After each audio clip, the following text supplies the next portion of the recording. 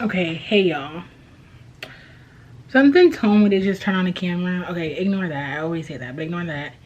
And just talk about the realities of getting your real estate license. Don't mind the crust, okay? Because God told me to come on here and talk to y'all, so that's what I'm gonna do. And I don't know who needs to hear this or feel this or see this, but it's gonna be okay. Like, I cried day and night every day, just about, until I passed my test. And the crazy thing about it is, after I passed and I was working, I was still crying. A good month after I passed my test, probably around there I stopped crying, because it's hard. So if anybody says, oh, real estate's easy, you get into this, take your test, sell a first house, like, it's not that easy. It's just not. And where I was, it's coming on a year, and I don't want to get too much into it. I want to have like my actual year to talk about like my year anniversary video, just to sit down and talk about it. But it's not easy, and it's so easy to just say it's a test. It's so easy to say it's just a house, we just have to sell houses. But emotionally and mentally, like, it will drain your soul because you really just want to be great. You really just want to pass your test. You just really want to help those around you to sell homes, and you just want to have a career. And just know, like, everything's gonna be all right. Like, it took me a little bit over 2 years to actually get it together to the point that I actually, like, I was ready to sell homes. Like, it took me about 2 years through the COVID, through all the drama, through me moving back home, through me not having a car, through so much, to really understand that God has his plan and we're just living in it. Like, we're just here and everything's gonna be okay. And I was just listening to Kanye. I know some people hate him, people love him. But I was listening to his first album, like the College Dropout album. And mind you, I did not grow up knowing all the hip hop. I knew like the old school jams, all of that. Like, I was a Michael kid. Like, I was a Anthony Hamilton, Luther Vandross. Like, that was me growing up. So a few years ago, I got into Kanye. But really past like 2 years, I really got into Kanye. And I watched his documentary. And this has nothing to do with this is just listen. And he really started from nothing, and like, no one cared about him, no one believed him in the beginning. People used him to get what they wanted from him, and he didn't stop.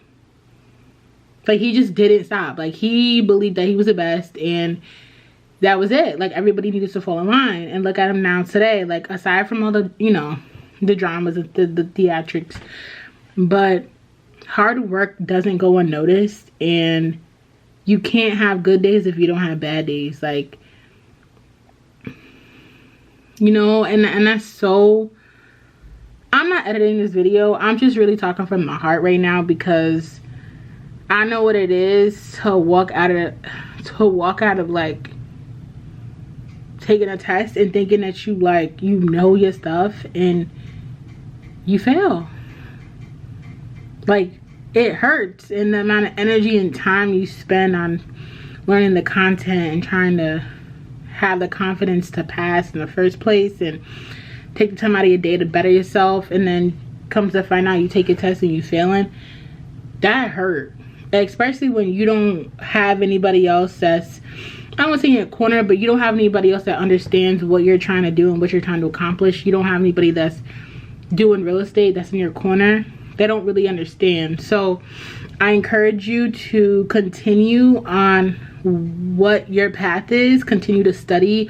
Don't take a break. Just keep going. And even if that means like just listening to podcasts, listening to my videos, listening to just people's videos, like, that time will come. And sometimes God is not ready for you to have your gift. You know, like, sometimes there's a time and place, and it might not be today. But just don't give up, because it was 2 years in the making for me to finally put what I set to, like, put it in action. Like, it took 2 years. So I wanted to talk about that. And lastly, I wanted to talk about like seasonal depression. Like, last year I got my license. Well, I passed my test April 22nd. And what are we in? We're in March.